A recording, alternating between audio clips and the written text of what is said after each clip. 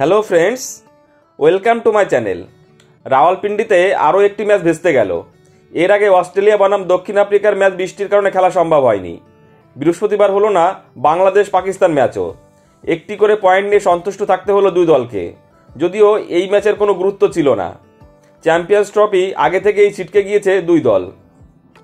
ভারতের দুই প্রতিবেশী দেশের মধ্যে ক্রিকেটীয় লড়াই ছিল। দুই দলই নিজেদের আগের দুটি ম্যাচ ভারত এবং নিউজিল্যান্ডের বিরুদ্ধে হেরেছিল, ফলে চ্যাম্পিয়ন্স ট্রফি সেমিফাইনালে ওঠার সম্ভাবনা ছিল না বাংলাদেশ এবং পাকিস্তানের।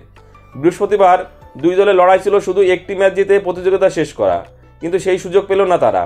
বৃষ্টির কারণে ম্যাচ হওয়ার মতো পরিস্থিতি ছিল না, টচও হয়নি।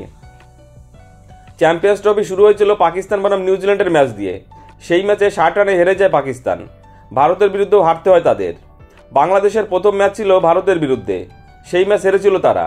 পরের ম্যাচ রাওয়ালপিন্ডিতে খেলেছিল নিউজিল্যান্ডের বিরুদ্ধে, সেই ম্যাচেও হারতে হয় তাদের, যে কারণে চ্যাম্পিয়ন্স ট্রফি সেমিফাইনালে ওঠার সম্ভাবনা ছিল না তাদের পক্ষে। বুধবারের ম্যাচ ভেস্তে যাওয়ায় একটি করে পয়েন্ট পেল দুই দল। এবারে চ্যাম্পিয়ন্স ট্রফির আয়োজক পাকিস্তান।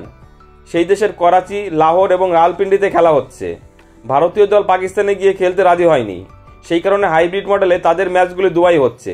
বাংলাদেশ এবং পাকিস্তান দুবাই গিয়ে খেলেছিল, সেখানেও বৃষ্টি হয়েছে, তবে এখনও পর্যন্ত তাদের ম্যাচের উপর কোনো প্রভাব পড়েনি। রাওয়ালপিন্ডিতে দুটি ম্যাচ বৃষ্টির কারণে ভেস্তে গেল। লাহোরেও বৃষ্টি হচ্ছে, সেখানে শুক্রবার অস্ট্রেলিয়া বনাম আফগানিস্তানের ম্যাচ রয়েছে। এখন দেখা সেই দিন বৃষ্টি হয় কি না। বন্ধুরা, ভিডিওটি ভালো লাগলে অবশ্যই লাইক, কমেন্টস এবং শেয়ার করে দিও এবং চ্যানেলটি সাবস্ক্রাইব করে দিও। সকলে ভালো থেকো, ধন্যবাদ।